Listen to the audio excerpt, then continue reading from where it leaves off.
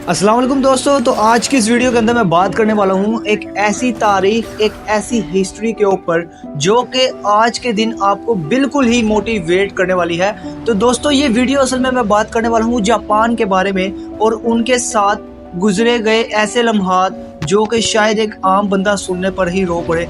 दोस्तों ये बात मैं कर रहा हूँ वर्ल्ड वार 2 के बारे में, जो कि अमेरिका, बरतानिया और इस तरह के चंद ममालिक जो कि जापान के ऊपर हावी हो चुके थे, न्यूक्लियर एटम बम उनके ऊपर गिराया गया था और पूरा का पूरा शहर टोक्यो पूरा का पूरा डिस्ट्रॉयड हो चुका था। तो दोस्तों ये लम्हात उनके लिए काफ़ी ज़्यादा क्रीपी थे और काफ़ी ज़्यादा खौफनाक थे।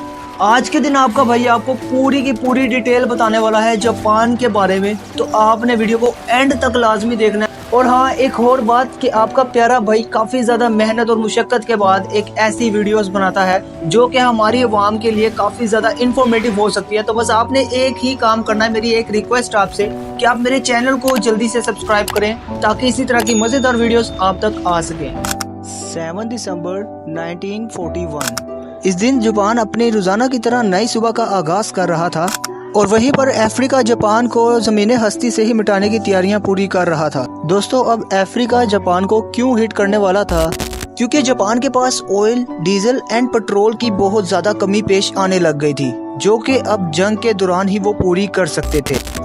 यहाँ पर इंडोनेशिया के बाद फ्रांस और फ्रांस के बाद अफ्रीकन सिटी आती थी जो कि इनके टारगेट लिस्ट के अंदर आ जाते थे। अब यहाँ पर सवाल पैदा होता है कि अफ्रीका को क्यों टारगेट बनाया गया। आपको मैं बता दूं कि जापान के मुताबिक अफ्रीका एक लो सिक्योरिटी वाला मुल्क था जहाँ पर अब इन्होंने कब्जा करने के लिए फैसला कर लिया। अब शायद यही वजह थी कि जापान ने अफ्रीका के ऊपर इसी वजह से हमला किया हो। दोस्तों योशिदा जो कि जापान के उस वक्त गवर्नर थे, इन्होंने फैसला किया कि हम अफ्रीका के बंदरगाहों को सबसे पहले तबाह करेंगे।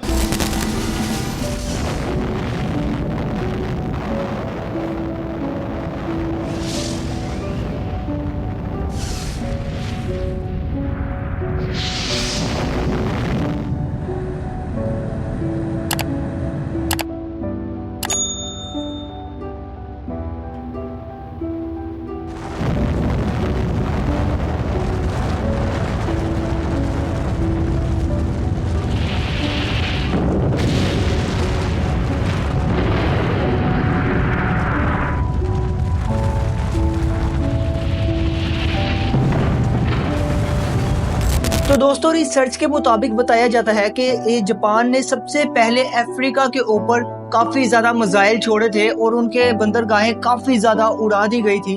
और इसके बाद जो जंग शुरू हुई थी तो अमेरिका ने अपने न्यूक्लियर मिसाइल जापान के ऊपर छोड़ दिए थे, जिनकी कुल तादाद 2 थी और काफी ज्यादा तबाही मचा चुके थे ये 2 न्यूक्लियर, जो कि तारीख में सबसे पहली बार और आखिरी बार भेजे गए।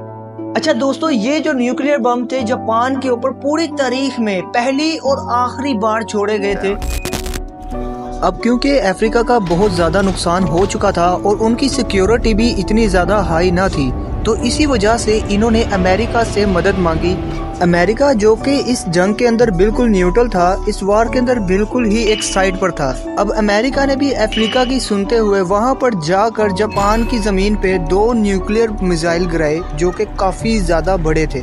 दोस्तों अभी मैं आपको बता दूं कि इस जंग के अंदर जापान का किरदार इतना बुरा नहीं था जितना कि अमेरिका और अफ्रीका ने जापान के साथ कर दिया था, जबकि असल हकायक तो ये है कि जापान ने अफ्रीका के लिए बहुत सी कुर्बानियां दी थी। दोस्तों जापान अपने इस कश्ती को लेकर गहरे समुद्र तले डूबता चला जा रहा था और जहां ये कश्ती लेकर डूब रहा था वहां इसको पूरा भरोसा था कि मेरी मदद अफ्रीका या अमेरिका लाजमी करेगा। दोस्तों याद रहे जापान जो कि यूरोप कंट्रीज की काफ़ी ज़्यादा काम आया था और मुश्किल वक्त पे उनके साथ खड़ा रहा था। जापान की सिर्फ डिमांड इतनी थी, अफ्रीका को जो नोटिस भेजा गया था उसके अंदर इन्होंने कहा था कि आप हमें डीजल, पेट्रोल जैसी चीज़ें कम कीमत पर फराहम करें ताकि हम अपने मुल्क का निज़ाम बेहतर कर सकें।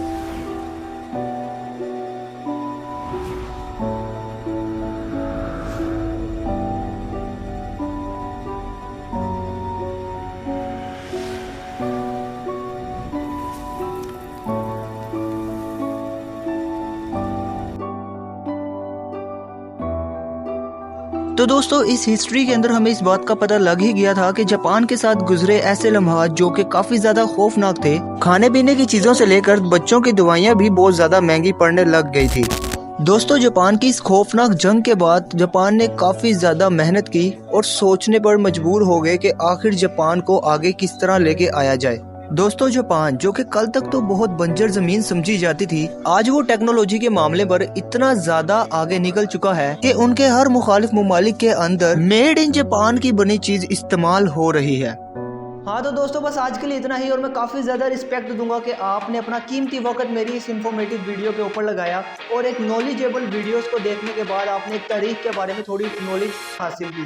तो दोस्तों अगर आप हमारे चैनल पर नए थे तो आप हमारे चैनल को लाजमी से सब्सक्राइब करें ताकि इसी तरह की मज़ेदार वीडियोस आप तक आ सकें।